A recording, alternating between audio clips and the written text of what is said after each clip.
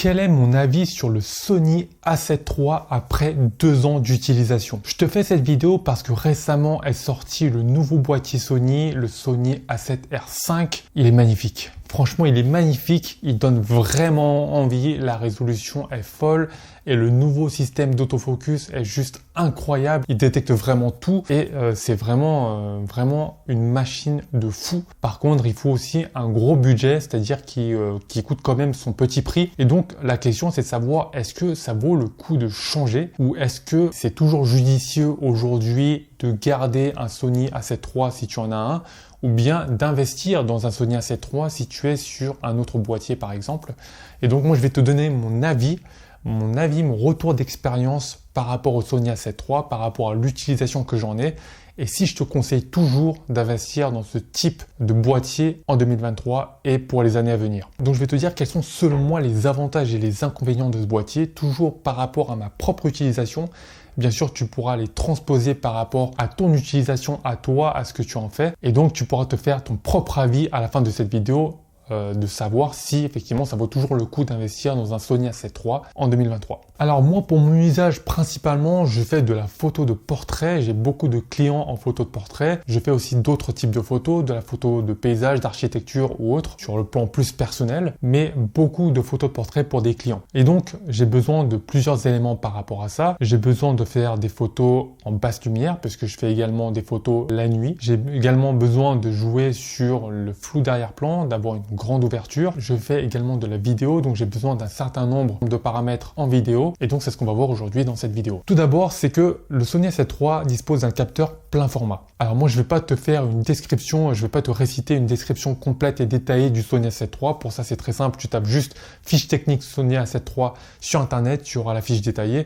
Moi, c'est pas mon rôle. Mon rôle aujourd'hui dans cette vidéo, c'est de te faire un retour d'expérience, pas de t'exposer bêtement de A à Z en fait quelles sont les caractéristiques techniques de l'appareil photo. Je vais juste lister les points qui moi me servent au quotidien dans mon travail. Donc tout d'abord, le capteur du Sony A7 III, c'est un capteur plein format, donc il y a plus de photosites et donc c'est plus efficace pour shooter la nuit puisque ça permet de capter plus de lumière qu'un plus petit capteur comme les capteurs APS-C ou micro 4 tiers. Ça va également permettre de jouer sur le bokeh, tu vas avoir un meilleur flou d'arrière-plan. Pour moi, c'est quelque chose qui est important puisque je fais beaucoup de photos de portrait. Tu as aussi une excellente gestion de la montée en ISO avec ce boîtier, c'est-à-dire que j'ai déjà fait beaucoup de vidéos la nuit ou des photos la nuit. Tu as une très bonne gestion de la montée en ISO par rapport à mon précédent appareil photo. C'était vraiment pas ça, donc j'ai vraiment vu la différence quand je suis passé sur ce Sony A7 III et ça vaut vraiment le coup. Donc très bonne gestion de la montée en ISO, on peut monter facilement à 1600, à plus de 3000, même parfois quand même plus.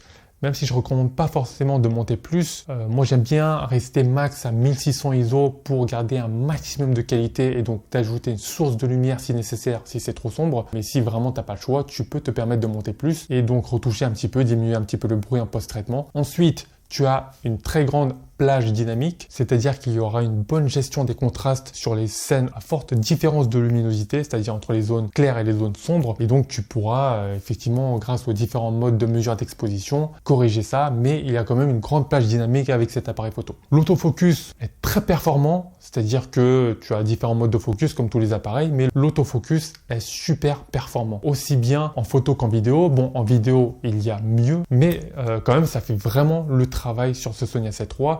J'ai très rarement eu des problèmes de focus où le focus s'est mal mis, etc. sur cet appareil-là. Et encore, c'est quand je débutais. Aujourd'hui, si tu maîtrises le focus, la manière dont faire le focus, et si tu utilises le bouton AF On de ton appareil photo, si tu n'as pas vu la vidéo, je te mets la fiche juste ici et va la mettre en favori. Tu iras la visionner juste après cette vidéo-là. Mais tu auras toujours des photos nettes avec cet autofocus hyper performant. Tu as aussi la capacité de shooter en rafale à 10 images par seconde en format RAW avec ce boîtier Sony A7 III, donc c'est vraiment top si tu veux saisir donc les différentes scènes en mouvement par exemple.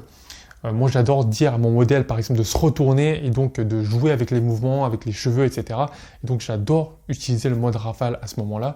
C'est vraiment top pour capturer chaque moment et avec une qualité, avec une netteté maximale. Donc ça c'est vraiment top. Tu as également quelque chose de non négligeable au niveau du boîtier, c'est-à-dire que tu as 2 ports de carte SD, donc tu peux utiliser soit en backup, c'est-à-dire que tu peux enregistrer simultanément sur les 2 cartes SD, ou alors l'utiliser en secours, c'est-à-dire que dès que la première carte est remplie, elle va enregistrer directement sur la seconde carte pour tes prochaines photos. Donc ça, c'est vraiment top. 2 slots de carte SD, magnifique. Autre point aussi très important, la batterie. La batterie est incroyable. En photo, je tiens quasiment une journée.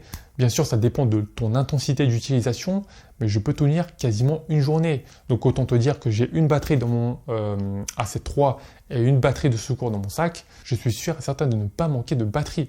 D'accord? Donc la batterie est excellente.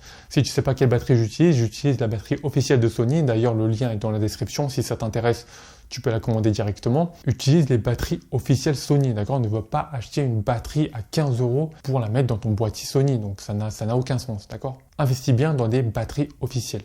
Par rapport à la vidéo, tu peux faire du 4K 24 images par seconde ou du 30 images par seconde avec un léger crop et du 1080p à 120 images par seconde. Donc c'est vraiment top pour du ralenti. Comme je l'ai dit, il y a une bonne gestion de la montée en ISO. Donc tu peux quand même shooter et filmer dans des conditions de basse luminosité. Et tu as différents profils d'images qui te permettent effectivement de choisir celui qui te correspond le mieux. Et donc pour moi, ça en fait un appareil extrêmement polyvalent. Maintenant, j'ai quand même quelques points négatifs concernant cet appareil. Donc ça, c'est le genre de choses dont on ne se rend pas compte quand on n'a pas le boîtier en main. Et quand on l'a en main, on s'en rend compte lorsqu'on l'utilise au quotidien. Le premier point qui me perturbe quand même pas mal, pour certaines personnes, ça ne va pas perturber, mais pour moi, c'est l'écran qui n'est pas inclinable horizontalement. On peut l'incliner comme ça, mais pas à l'horizontale. Déjà, pour ceux qui font du vlog, donc on peut pas retourner l'écran comme ça. Et aussi moi qui fais beaucoup de photos en format vertical comme ça en portrait, donc je peux pas baisser l'écran comme ça. Donc tu vois, si je prends la photo à ras du sol, l'écran est vers le bas, donc je suis obligé de me mettre sur le sol. Voilà. Et ça, c'est pas super pratique. Et pour moi, ça m'embête quand même pas mal. Donc pour moi, c'est le premier point. C'est vraiment l'écran qui n'est pas inclinable dans tous les sens. Donc pour moi, le deuxième point, c'est qu'on peut pas faire de ralenti à 50 ou 100 images par seconde. Donc on est limité sur ce boîtier-là. On a aussi, comme je te l'ai dit juste avant, un crop à 4K 30 images par seconde. Et j'ai remarqué que l'écran tactile n'est pas super performant. Donc c'est-à-dire que tu vas, par exemple, appuyer pour bloquer le sujet. Pour un super suivi, ça marche une fois sur deux. Donc je préfère toujours utiliser le bouton iPhone et jouer donc sur le focus et déplacer le collimateur avec le joystick, mais l'écran tactile pour moi n'est pas super performant, donc c'est quelque chose quand même qui aurait pu être amélioré sur ce boîtier là. Donc tu vois que pour moi les avantages par rapport aux inconvénients sur le Sony A7 III, pour moi il n'y a pas photo. Pour moi aujourd'hui ça reste toujours un boîtier exceptionnel en termes de rapport qualité-prix. C'est vraiment fou, je ne regrette pas du tout l'acquisition de ce boîtier là, et encore aujourd'hui je ne compte pas tout de suite passer sur un autre boîtier, sur un Sony A7R5, même si je pourrais le faire, bien évidemment, mais pour l'instant, je n'envisage pas de le faire. On ne sait jamais ce que l'avenir nous réserve, mais pour l'instant, pour l'utilisation que j'en fais, professionnelle en plus, je m'en sors très bien avec ce boîtier-là, il fait largement le travail, il est très complet, il est polyvalent. Donc, aujourd'hui, est-ce que je recommande toujours d'investir dans un Sony A7 III? La réponse est oui. Oui, si tu as un Sony A7 III, conserve-le, ne cède pas à la tentation tout de suite du Sony A7R5. Si tu en as les moyens, vas-y, fais-toi plaisir. Mais voilà, si tu hésites encore un petit peu, conserve ton boîtier Sony A7 III. C'est juste un excellent rapport qualité-prix. Si tu débutes la photo, je t'invite à cliquer sur le premier lien en description pour télécharger ton guide gratuit où je te présente les 5 meilleurs appareils photo pour débuter dans les meilleures conditions. Et ce avec un petit budget. Et surtout à la fin de ce guide, tu auras un petit cours sur le triangle d'exposition pour débuter la photo dans les meilleures conditions. J'apprécierais un gros pouce sous la vidéo et surtout abonne-toi pour plus de conseils et devenir un meilleur photographe après chaque vidéo.